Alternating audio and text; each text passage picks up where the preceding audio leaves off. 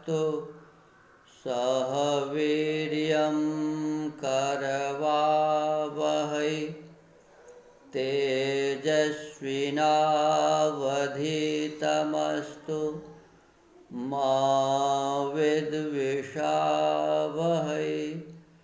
ओम शांति शांति शांति।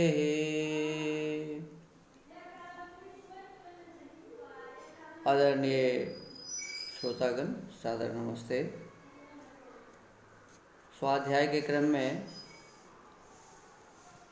उपासना विषय पर हम चर्चा कर रहे हैं और ऋषियों का संदेश है कि यदि हम उपासना करना चाहते हैं तो महर्षि पतंजलि जी के योग दर्शन के अनुसार ही हमें उपासना करनी चाहिए। तो योग दर्शन जो महर्षि पतंजलि ने लिखा है और इस पर महर्षि व्यास जी का भाष्य है, तो इसका हम अभी पहला जो पाद है समाधि पाद, तो समाधि पाद का स्वाध्याय कर रहे हैं। आज का हमारा जो सूत्र है वो 19वां सूत्र है। सूत्र है भव प्रत्ययो विदेह प्रकृति लयानाम। शब्दार्थ भव प्रत्यय, भवः अर्थात शरीरादि संसार, प्रत्यय अर्थात उसका जो यथार्थ ज्ञान। भव माने संसार और प्रत्यय माने संसार का ठीक ठीक ज्ञान, इसको कहते हैं भव प्रत्यय।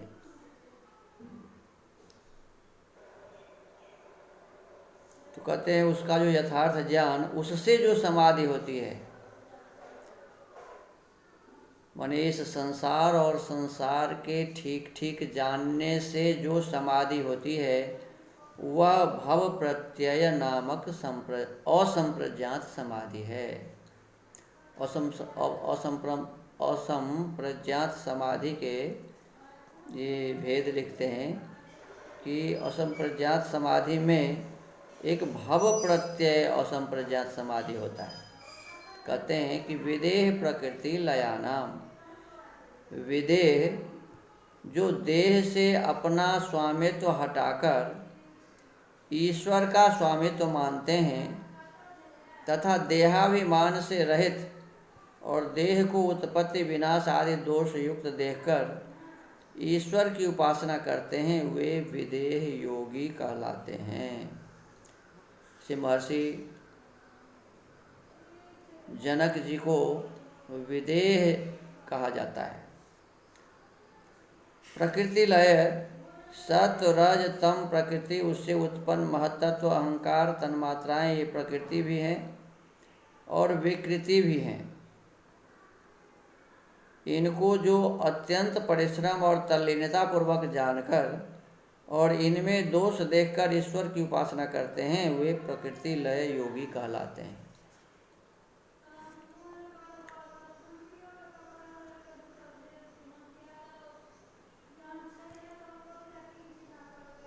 एक तो हो गया कि भव प्रत्यय नामक असंप्रज्ञात समाधि, और प्रकृति लय कहते हैं कि जो सत्वरज तम प्रकृति, सत्वरज तम का मिश्रण जो है प्रकृति है, और उससे जो उत्पन्न पदार्थ है जैसे महत्त्व, अहंकार, तन्मात्राएं, ये प्रकृति से ही बना है, इसीलिए प्रकृति भी है, और प्रकृति का भिन्न भिन्न रूप है, इसीलिए इसको विकृति भी कहते हैं। तो इनको जो अत्यंत परिश्रम और तल्लीनता पूर्वक जानकर ये सत्व क्या है, रज क्या है, तम क्या है, फिर प्रकृति क्या है, महत्त्व क्या है, अहंकार क्या है, तन्मात्राएं क्या हैं, तो इन सब विषय वस्तुओं को का जो परिश्रम से इसको जानते हैं, बिल्कुल उसमें निष्ठा पूर्वक तल्लीन होकर, माने उसी में एकाग्र होकर जो उसको जानने का प्रयास करते हैं, और इनमें जब दोष देखते हैं तो इनमें दोष देखकर ईश्वर की उपासना करते हैं कि ये तो सभी दोष से युक्त है।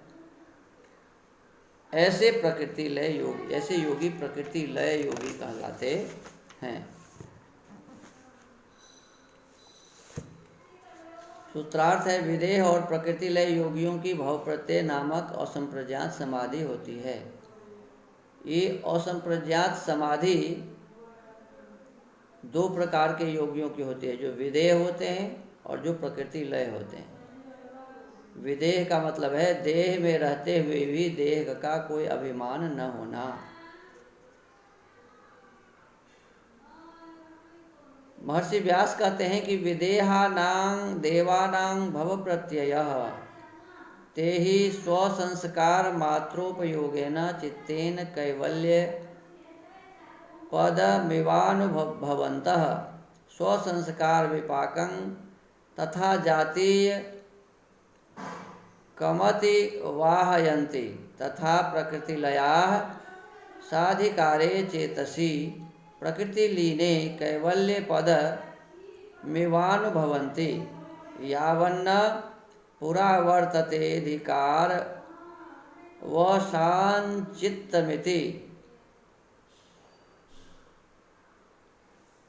कहते हैं, विदेह नामक देवों की भव प्रत्यय नामक असंप्रज्ञात समाधि होती है।